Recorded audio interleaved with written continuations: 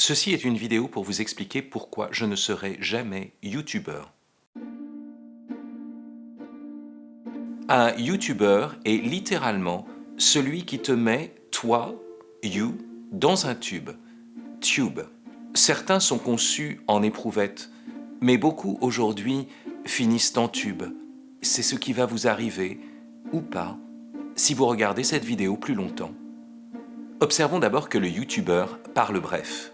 Mieux encore, il morcelle sa parole avec des intonations débiles de présentateur télé. Son discours est généralement très séquencé, pour ne pas dire haché. Mon discours est haché. Pourquoi ce refus d'une image continue? Pourquoi ces coupes inutiles? Pourquoi tous ces ratés comme si on avait oublié son texte? C'est quoi la suite? Pourquoi tous ces ratés font-ils la perfection? Pourquoi tous ces ratés font-ils la perfection des montages YouTube?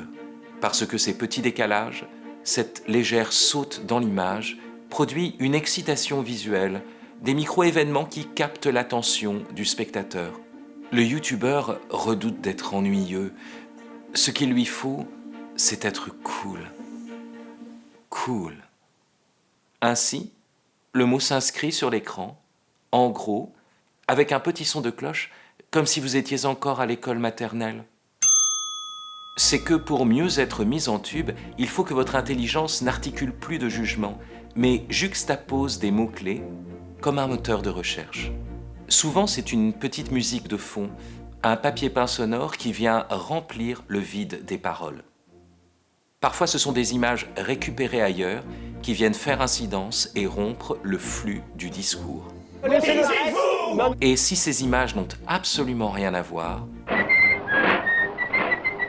c'est encore mieux. On s'accroche, on est hypnotisé parce qu'on cherche à comprendre, parce qu'on trouve ça marrant. Si raffinée que soit la technologie utilisée, elle s'appuie sur des ressorts de notre cerveau qui datent du Paléolithique. Les écrans Internet sont ce qu'il y a de plus récent, mais ils puisent leur pouvoir de fascination dans les temps reculés où nous étions perpétuellement menacés et qu'il fallait réagir rapidement à l'apparition d'un tigre à dents de sabre. L'introduction d'une nouveauté dans notre champ visuel provoque en nous ce que les cogniticiens appellent une réaction d'orientation. Cette réaction fonctionne comme une alerte et nous mobilise pour parer à l'imprévu. Il faut garder l'œil ouvert, car quelque chose pourrait enfin nous arriver.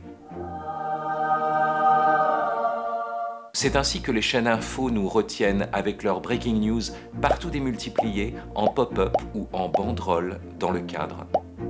C'est ainsi que les machines à sous nous captivent, avec leur algorithme qui dose exactement les stimuli et les détentes et le jeu des récompenses aléatoires.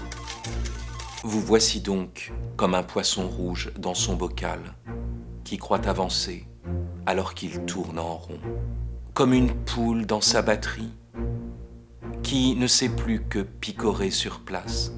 Votre surexcitation vous anesthésie, votre attention est en miettes.